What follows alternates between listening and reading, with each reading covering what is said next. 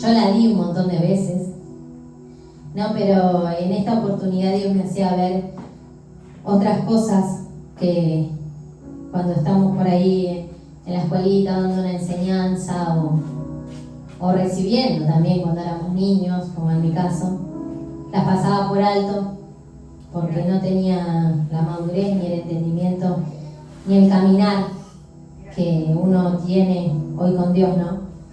Y primeramente quería decirles que los que pueden trajeron su Biblia, abran en Lucas 19.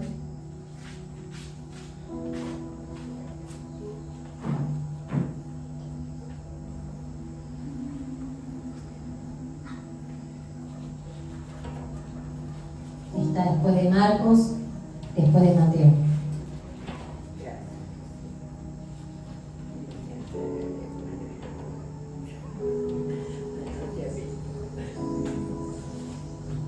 Gloria a Dios. Voy a leer la palabra. Bueno, yo la tengo en nueva versión internacional, así que van a notar algunos cambios en la palabra, pero es lo mismo, ¿sí? Dice: Jesús llegó a Jericó y comenzó a cruzar la ciudad. Resulta que había ahí un hombre llamado Zaqueo, que era jefe de los recaudadores de impuestos y era rico. Zaqueo estaba tratando de ver quién era Jesús, pero la multitud se lo impedía, porque él era de baja estatura. Por eso se adelantó corriendo y se subió a un árbol sicomoro para poder verlo, ya que Jesús iba a pasar por allí. Llegando al lugar, Jesús miró hacia arriba y le dijo: Zaqueo, baja enseguida. Tengo que quedarme hoy en tu casa. Así que se apresuró a bajar y muy contento recibió a Jesús en su casa. Al ver esto, todos empezaron a murmurar: ha ido a hospedarse con un pecador. Pero Zaqueo dijo resueltamente: mira, Señor, ahora mismo voy a darle a los pobres la mitad de mis bienes, y si en algo he defraudado a alguien, le devolveré 4 veces la cantidad que sea. Y Jesús le dijo: hoy ha llegado la salvación a esta casa, ya que este también es hijo de Abraham, porque el Hijo del Hombre vino a buscar y salvar lo que se había perdido. Amén. Bueno, esta palabra tiene muchas cosas, ¿no?, de las cuales hablar. Primero, ¿quién era Zaqueo? Veía la vida de Zaqueo, que no era cualquier persona. Podemos decir que sí, era un hombre como cualquiera, pero en una posición social no era como cualquier otra, era jefe.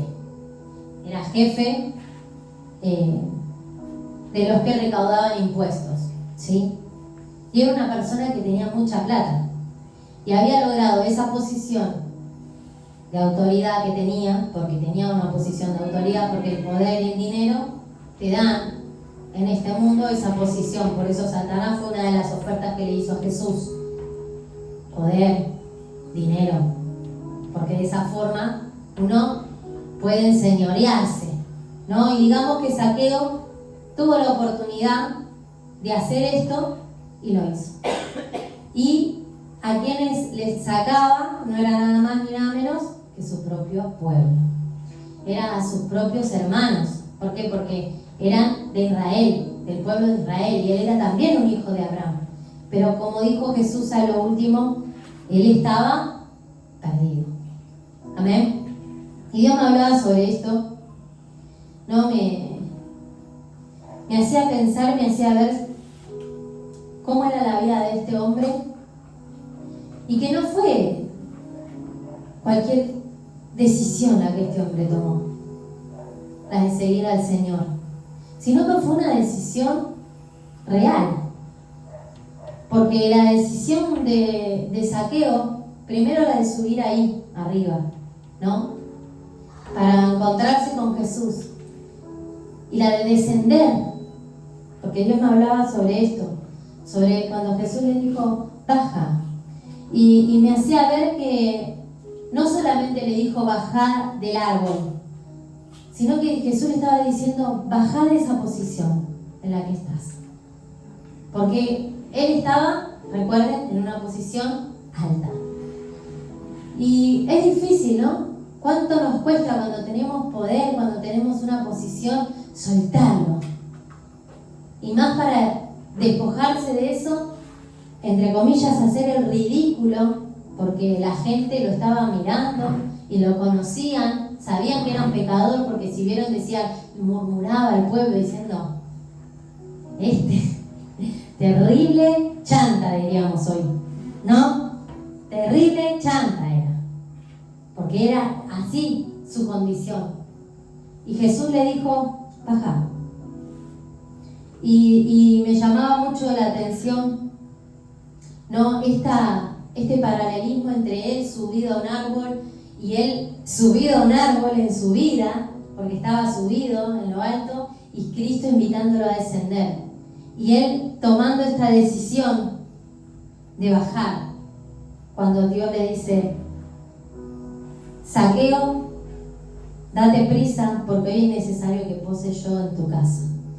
Y Dios me hablaba de esto con respecto también a nosotros, ¿no? Me mostraba la vida de Zaqueo, pero me mostraba también la vida de nosotros, muchos cristianos, que por ahí estamos, muchas veces vamos a la iglesia, venimos o por ahí no tenemos grandes posiciones, pero hay cosas en nuestra vida a las que estamos posicionados y no las soltamos. Estamos agarrados a esas cosas y no las soltamos. Pero este hombre descendió, y no solamente descendió, sino que, como leíamos en el versículo 8, después la gente murmuraba y hablaba mal de él porque había robado, ¿no? Y había robado con los impuestos, cobrándoles de más, les había sacado un montón de plata. Él recibe la gracia, o sea, recibe el perdón del Señor, pero la respuesta de él fue lo que dio la evidencia de la salvación. ¿Por qué? Porque él le dijo, Señor, la mitad de mis bienes le doy a los pobres, y si en algo le he defraudado a alguno, se lo voy a devolver cuatriplicado. Y yo veía en la palabra también que había una ley que ellos conocían, que estaban levíticos, que decía que si le habías robado, le tenías que devolver un porcentaje a la persona que vos le habías robado. Pero él hizo más. Él hizo la milla extra. Es como que no. La gracia no viene para decirte cumplí con esto. Bueno, Jesús me salvó, entonces yo le devuelvo lo que dice la ley. La gracia supera la ley. La gracia produce generosidad real en nosotros. No hace falta que yo te dé, por ejemplo, un 10%. Yo te puedo dar un 400%. Si hay una necesidad, yo quiero dar, yo quiero ser generoso, yo quiero. ¿Por qué? Porque hubo un cambio y una transformación radical en mi corazón. Yo no quiero cumplir, yo quiero agradecer. Y esto fue lo que Zaqueo hizo. Él entendió que recibió perdón inmerecidamente y que él no era digno de que Jesús pose en su casa. Él había entendido con quién se estaba cruzando.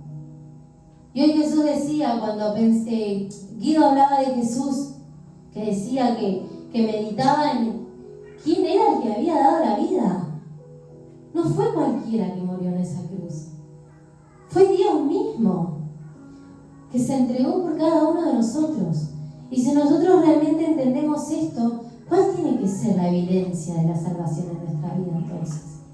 ¿Alcanza con querer cumplir con cosas que la ley puede llegar a exigir? ¿Es suficiente para darle ese valor al precio tan alto que Cristo pagó por nosotros? Y esto es lo que Zaqueo entendió. Entendió que Jesús era todo, que Jesús le estaba dando la oportunidad de que todo lo que había hecho ya está, de recibir perdón y de cambiar su vida, una verdadera transformación. Entonces vemos que él supera la ley con la generosidad que recibe por medio de la gracia que él recibió. Y de esta manera fue libre del ídolo. Porque ¿cuál era el ídolo de Zaqueo? La plata, que era lo que lo había puesto en ese lugar. Entonces, vemos que cuando Dios llega a nuestras vidas, si hay un arrepentimiento sincero, si recibimos la gracia de verdad, si entendemos y recibimos, tiene que haber un cambio en nuestra vida. Y no solo se trata de dejar algo externo, como yo dejé de fumar o dejé de tomar, sino cambié mi actitud. Mi actitud tiene que ser diferente. ¿Qué es lo que a mí me ata? ¿Qué es lo que Dios me hacía pensar en esto, ¿no? ¿Qué es lo que nos ata y nos tiene amarrados todavía a este mundo que no lo podemos dejar? En el caso de Zaqueo, era el dinero. Y él entendió que ese era el impedimento, porque era su ídolo. Entonces se despojó completamente. Pero ¿cuál es el ídolo que tenemos nosotros en nuestros corazones? ¿Qué es lo que está impidiendo que Dios haga esa obra, que podamos recibir esa gracia para poder dar por gracia? El arrepentimiento genuino tiene pies y tiene manos. No es solamente una emoción que sentimos, sino que es un cambio de conducta. Algo diferente en nuestra forma de obrar tiene que haber. Eso se tiene que ver. Y si no nos está pasando, nos tenemos que preguntar, ¿realmente dejé? ¿Entendí? ¿Me despojé? ¿Bajé? ¿Descendí para encontrarme con Jesús cara a cara? ¿O por qué estoy de esta manera? ¿Qué es lo que me está reteniendo? ¿Qué es lo que no me deja tener ese encuentro con el Señor? ¿Qué es lo que no me está dejando ser completamente libre? ¿Qué me ata?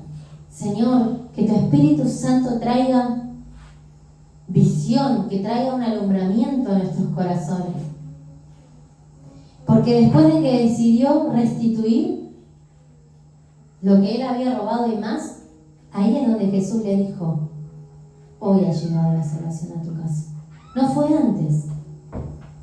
Antes Jesús le hizo un llamado, como nos hizo a nosotros. Posó en la casa de Él, como muchas veces posó en nuestra casa, en nosotros, o hemos venido a su casa y su presencia nos ha visitado.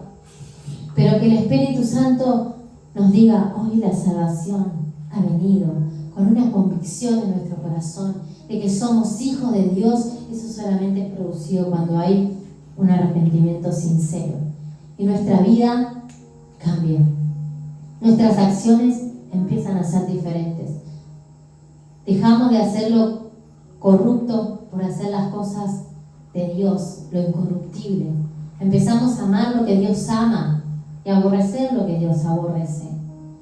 Empezamos a querer de Él su amor, su misericordia, su gracia, su moral, su orden, su santidad, a ser generosos, a ser buenos, amables, entre nosotros, justos. Muchas cosas que son de fruto del Espíritu Santo en nuestras vidas. Porque el Hijo del Hombre vino a buscar y salvar lo que se había perdido.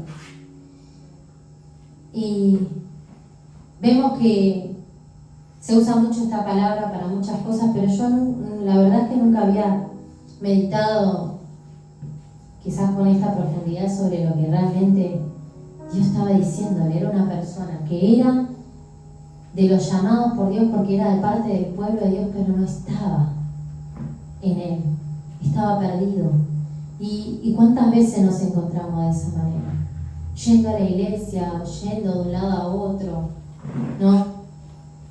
O aún en nuestra casa diciendo, sí, yo conozco a Dios, muchas veces sabemos lo que Dios hace, pero ¿estamos realmente en Él? Nuestra vida está dando fruto de Dios. Su presencia está transformándonos cada día.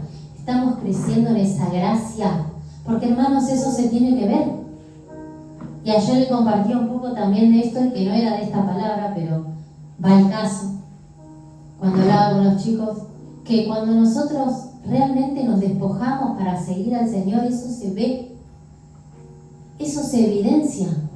Nuestras decisiones empiezan a ser diferentes. cosas en mi casa empiezan a cambiar. Y las decisiones que yo tomaba antes ya no las voy a tomar igual. Porque ahora está la gracia del Señor que renueva mi mente, que guía mi corazón, que me muestra las cosas. Pero si seguimos estando de la misma manera año tras año y no hay avances, nos tenemos que preguntar, ¿qué está pasando? ¿Será que todo es culpa de alrededor? Porque Dios vino a cambiar. ¿Y por qué decido muchas veces hacer las mismas cosas? ¿O por qué no se ve el fruto? ¿O por qué quizás un poquito así? ¿Qué cosas están estorbando la obra que Dios está queriendo hacer en nuestras vidas? Y pensar y reflexionar en esto para que Dios pueda mostrarnos y podamos decirle al Señor, si yo quiero dejar esto. Quizá, no sé, para todos son cosas diferentes. Algunos tenemos otros ídolos, algunos nuestros ídolos, nuestra familia, nuestra pareja, nuestros hijos, nuestro trabajo. Quizás es el orgullo, quizás son muchas cosas, quizás tenemos de ídolo el rencor, el resentimiento, el celo. Podemos tener muchos ídolos que quizás no son tan visibles de esta manera como lo era para Zaqueo, que todos lo apuntaban con el dedo, pero que no están permitiendo que mi vida dé fruto. Y si están ahogando la semilla de Dios, si está ahogando lo que Dios está queriendo hacer, entonces es porque hay un ídolo todavía en nuestros corazones. Que podamos meditar a través de esta palabra y decirle, Señor, yo quiero, si estoy de alguna manera en algún árbol parada, yo quiero descender. Y el Señor nos llama hoy a que tomemos esa decisión. Date prisa, descende, vení, baja y habla conmigo. Hablemos, abramos nuestro corazón a ver qué hay adentro. Que yo por ahí no lo veo. Quizá me acostumbré tanto que no me doy cuenta. Señor, necesito que tu luz y tu presencia alumbre los ojos de mi entendimiento y me ayuden a alcanzar esta salvación tan grande que vos nos diste, que ya está hecha allí en la cruz, ya lo hiciste todo. Pero yo quiero, a través de mi humillación, de mi humildad real, entrar en esa salvación y permanecer contigo para siempre. Así que vamos a cerrar nuestros ojos. Hasta acá la palabra de Dios. Vamos a orar y mientras adoramos al Señor.